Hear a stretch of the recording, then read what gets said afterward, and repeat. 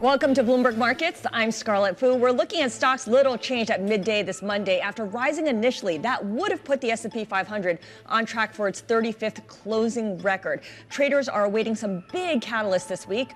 Jay Powell's remarks to Congress, CPI data, and some lofty expectations for this earnings season, which begins in earnest on Friday. So let's take a look at where things stand right now. The S&P 500 basically unched at the moment. You could see not much movement in yields as well, and as for the Nasdaq, also little changed. So let's look at some individual companies and bring in our stock of the hour. It is Boeing. Shares of Boeing climbing to a one-month high after the aircraft maker agreed to plead guilty to criminal conspiracy in connection with two fatal crashes of its 737 MAX jetliner. The deal allows Boeing to avoid a potentially bruising courtroom confrontation. Let's bring in now Bloomberg Intelligence senior aerospace and airline analyst George Ferguson. George, it feels like this part moved pretty quickly. I know a lot of things related to Boeing have been kind of slow, but this decision to plead guilty moved very quickly. Yeah, I think the government gave them a deadline of a week, and I think that this sort of falls in the category that it would have been a pretty long, drawn-out, painful contest of this case, and I think it would have happened probably 6 months or a year from now, a time when Boeing's hoping they'll be healing and not wanting to talk about internal processes and procedures that broke down during this. The front part of this year and after the MAX crashes. So I think they just wanted to get this one behind them. They have bigger fish to fry coming, right? They've got the union contract, the most important union contract expires in September. I think they're going to get very focused on that, or they could have a work shutdown, and that's not going to help their second half deliveries, which they need badly to stop burning cash. Okay, so they have a pretty long and important to-do list. Who's going to be leading the company during that period? Because they're on the search for a new CEO. Dave Calhoun stepping down at the end of the year. What's the progress been like for a new CEO?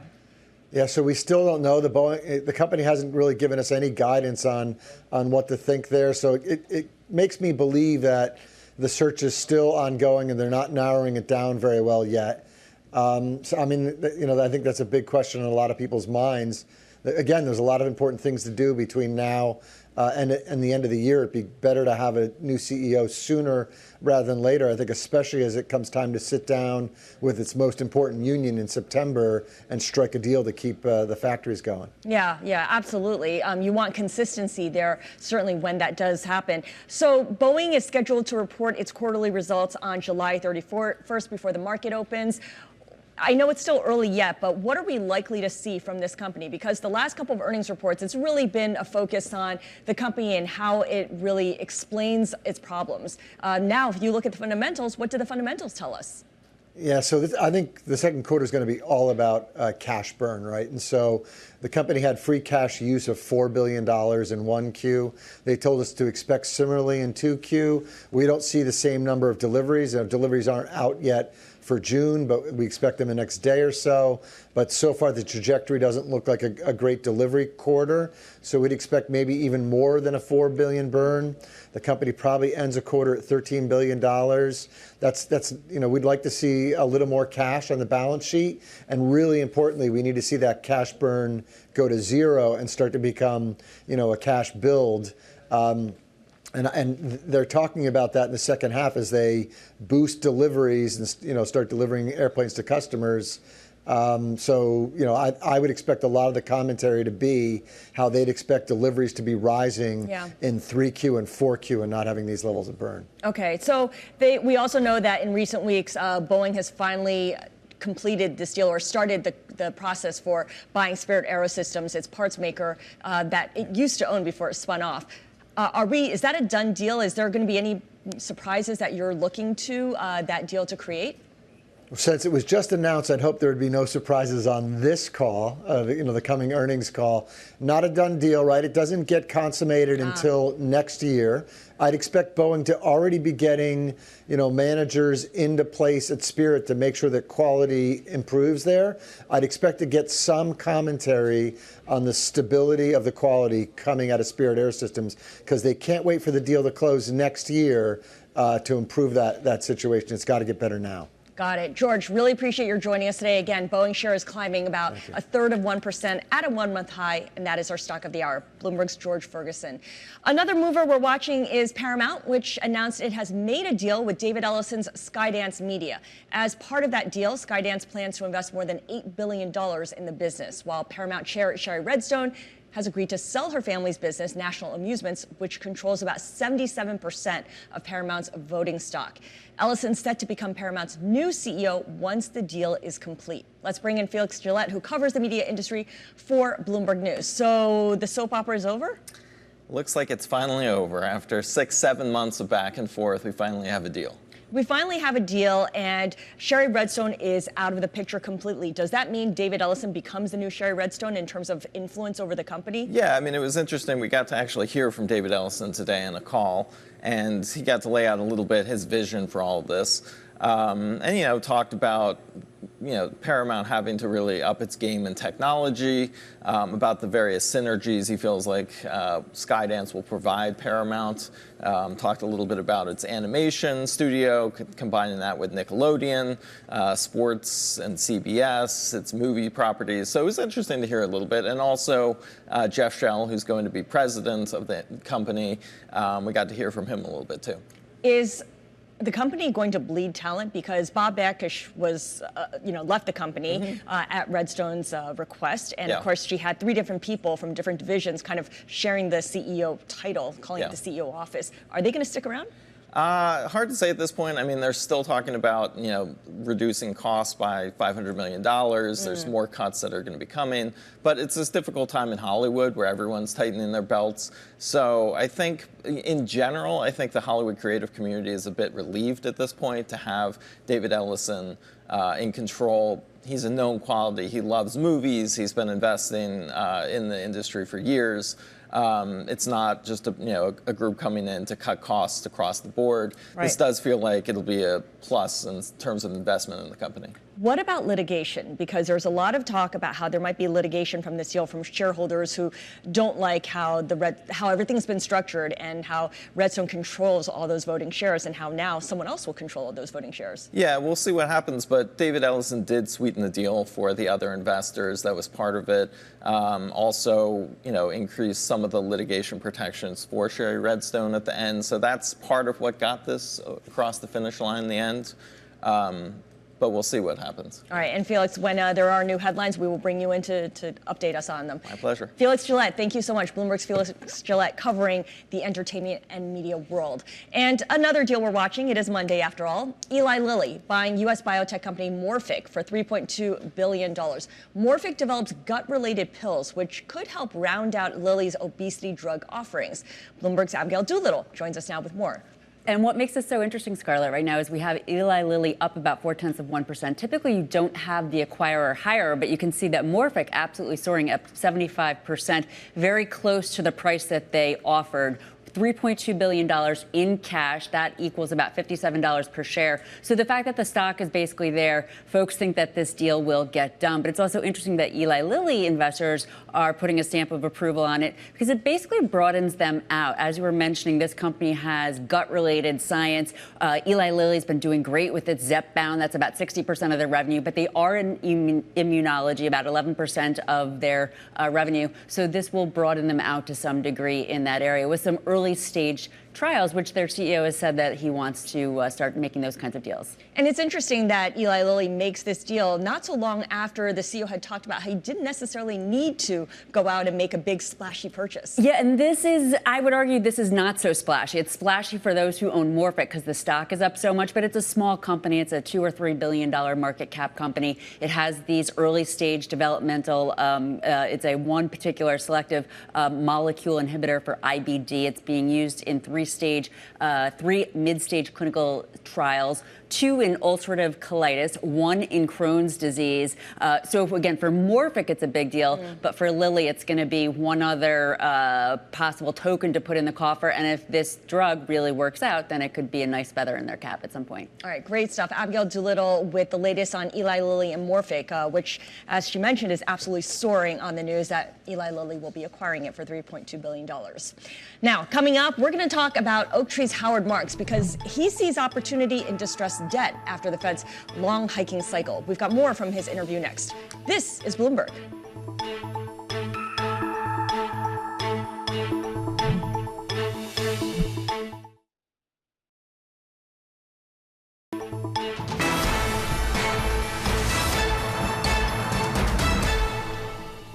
The steady increase in interest rates over the past 2 years has created more opportunity in private markets. This is according to Oaktree Capital Management co-chairman Howard Marks. Here's what he told Bloomberg Television earlier.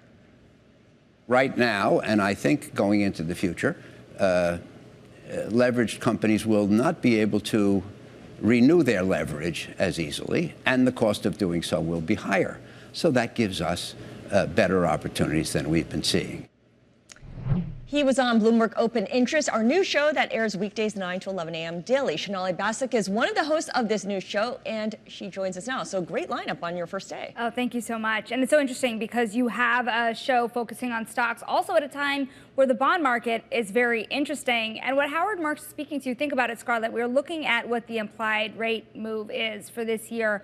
Two cuts only brings you down to about 482 is the implied rate based on Fed futures. And you're looking at these companies, to Howard Marks's point, refinancing at still a significantly higher rate than they bought the debt on at. So the point he's trying to make is that there's still a bit of stress under the system, particularly in the sectors, as we've been talking about. Banks are reporting starting the end of this week and into next week, but also in other areas, particularly private equity-backed companies, non-public companies, where the stress under the surface is really hard to calculate. Yes, exactly. And it's hard to see sometimes because it's just not visible to most of us. You mentioned banks and how they'll be reporting earnings. This will be a big week for that. And there's a big call from Mike Wilson of Morgan Stanley, a perennial bear, who says that he sees a 10% correction as highly likely. Yeah, that was a pretty interesting move here because you have the S&P 500 really hovering kind of around where he has been targeting for the end of the year. But he, like other investors, believe in a lot of potential volatility heading into the election season. So the 10% correction call is a very interesting one at this point in time, where you've seen a market shake off all the geopolitical risk. You've seen it shake off all of the rate uncertainty. The expectation has changed so drastically. But with that said, this kind of concern about a 10% correction, even people who are bullish on the market. We talked to an investor, for example, at State Street Global as well this morning. And they were saying even with that potential drawdown risk, there is still optimism on seeing it through the other side. Now, there's another person we talked to as well about kind of this uncertainty around the elections. It was Greg Jensen at Bridgewater, of course, one of the co-CIOs. One of the things he said to Ascar was that he sees a lot of fiscal risk as well. He wouldn't go so far as to saying whether he would go and put the pedal on shorting the long end of the curve. But there was another part in the market that he was bright and sunny about, as many investors are, that is AI. Let's take a quick listen to what he had to say. Right now, I expect over the next 5 years, so much of what human investors and analysts can do can be better done with machine intelligence. And that's been a journey for me. I've been looking at this for, Bridgewater's built an expert system based on human intuition being translated into algorithms.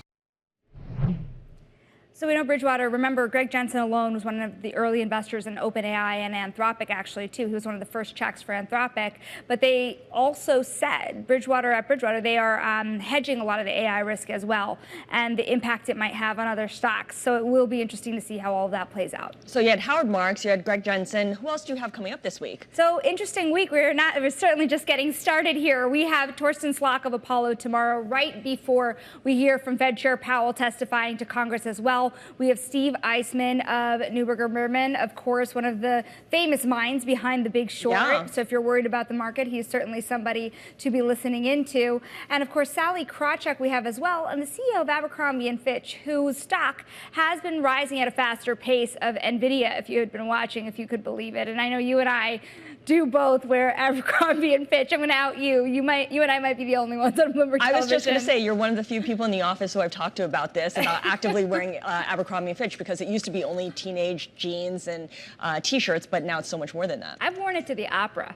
There you go. Believe it or not. Sonali Basak wearing Abercrombie & Fitch to the opera. Thank you so much for joining us. And of course, you can catch Sonali, Matt Miller, and Katie Greifeld on Bloomberg Open Interest every day from 9 to 11 a.m. Eastern on Bloomberg Television.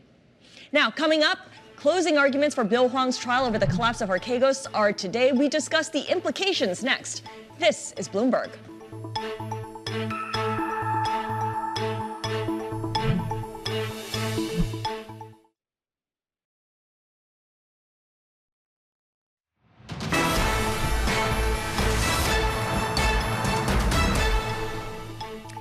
This is Bloomberg Markets. I'm Scarlett Fu. Now, a verdict will soon be reached in Bill Hwang's criminal trial over the 2021 collapse of Archegos. Closing remarks are now underway after a week-long break. Hwang currently facing up to 20 years in prison for charges of fraud and racketeering conspiracy.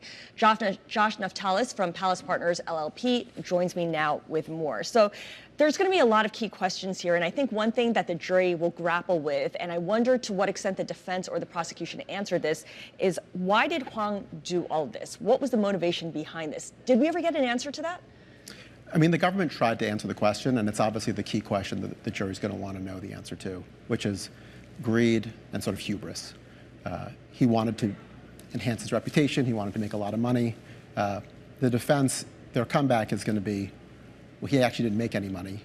He wrote it all the way up, and then it collapsed, and he made no money. So the motive is really going to be the key question for the jury to answer. They don't have to decide that, but everyone wants to figure out, why did they do it? Okay, so in trying to understand why did he do it, perhaps they'll come up with a rationale for whether to find him guilty or not. In terms of the closing arguments underway right now, what are going to be the key themes here that you'll be listening for from the government versus from the defense? So I read some of the snippets on the Bloomberg blog about how the government's closing went. And they were trying to distill what is a very complicated set of facts into a coherent narrative and explain the chronology. Basically, that this wasn't rational trading, it was manipulative trading, and that they were lies to the prime brokers. Very simple story. The defense, on the other hand, is going to try to make it the flip and make it a little more complicated, which is this was rational trading, meaning he really believed in these stocks, including CBS Viacom, and sometimes the market moves against you, and that's the risk that the brokers took. So the defense's argument is he's not a very good investor in many ways. He really believed in it to the point that when it backfired on him, he had no recourse. Exactly. He just got up over his skis. Okay. So one thing that's worth mentioning here is that Hwang and Patrick Halligan never took the stand in this trial. Is that a good thing or a bad thing? I mean, it's the hardest question for a defense lawyer and a defendant to answer when they're at trial. You can only answer it in retrospect. In this case, Hwang really couldn't testify because he had a prior SEC resolution for his fund, his Tiger Cub, back in the day, and that would have potentially come in on cross-examination. It's generally the general advice is you don't need to take the stand unless you really have something to say. I don't think there's much really to say here, which is no one's denying the trading happened. Yeah. The question is why'd they do it? Right. Now, the only defense witnesses that were called were two professors testifying as experts. Did they clarify things for the jury, or did they make it more complicated? I think they made it more complicated, but that's kind of what the defense wants to make it. They want to make this, total return swaps. It's complicated trading. This is Wall Street. The government wants to make it very simple, which is they traded to inflate the demand, push prices up. That's illegal. Do you think it worked in this case then to have those two professors go up there? I mean, was it enough to make the defense's point? I don't think in the end it's going to work. The evidence is pretty overwhelming. That's not to say this isn't a novel theory of market manipulation where you push the stock up and then don't make any money. But there's some pretty devastating sort of testimony from the cooperating witnesses about not being able to get up to go to the bathroom, that they had to just keep trading, keep the pressure on the market. And those are the kind of things that may resonate with a jury, and these are tough cases to win. I've tried cases against the defense lawyer, and I've tried cases with the prosecution, both prosecutors. They're both great, but I think in the end, it's just a hard case to win. How long do you think the jury's going to sit on this to deliberate a verdict? Is this something that can get done in an afternoon or 2 days, or is this going to take a couple weeks?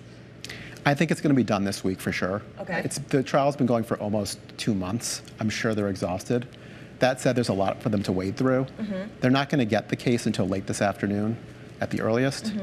And then they may want a day or two to think about it, but I can't imagine having been out for the July 4th week. They really want to come back next week. Yeah. Do you think they're going to ask for clarification on any part? I mean, if you were sitting in the jury, is there a part where you'd want more information? They're going to want to see some of the key documents and some of the key testimony. And it's usually for a couple of jurors who don't have perfect recollection. They want to see, what did the chief risk officer really say about that one issue or that one conversation of the day when things started to fall apart. So it's not unusual, and the defense lawyers and the prosecution are going to try to read tea leaves based on what they ask for. You mentioned Bill Huang has a prior run-in with the SEC, so if he faces jail time, what would it likely look like, given that he has that kind of mark against him already? So the sentencing guidelines for him are through the roof. I think they're probably life, given the billions of dollars that was lost allegedly.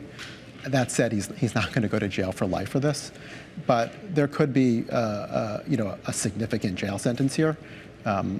I think the judge will take into account the fact that he had a prior run-in. The resolution was technically with the company, his prior fund, not with him. But I think that that's still going to be a big argument for the government to make, which is, this wasn't a mistake. He knows how to avoid breaking the securities laws, and look, he did it again. So a lot of Wall Street has been riveted by the inner workings of this trial. What part fascinated you the most? I mean, I think there are two pieces of it. One of which is you have this sort of the tiger cub sort of narrative, which is this is a guy with a great pedigree, great investor. Sure. He had made a ton of money. And then there's the massive losses the banks took, and the fact that CS went under in part because of this. So you have these sort of two dramas that really have captured Wall Street. Fantastic stuff. Joshua Naftalis from Pallas Partners, really appreciate your joining us and being our ears and eyes on the ground here for this trial. Really appreciate it. Just a quick headline here. President Biden saying we can't waste any more time. I'm going to be the Democratic Party nominee. This is the Bloomberg Markets.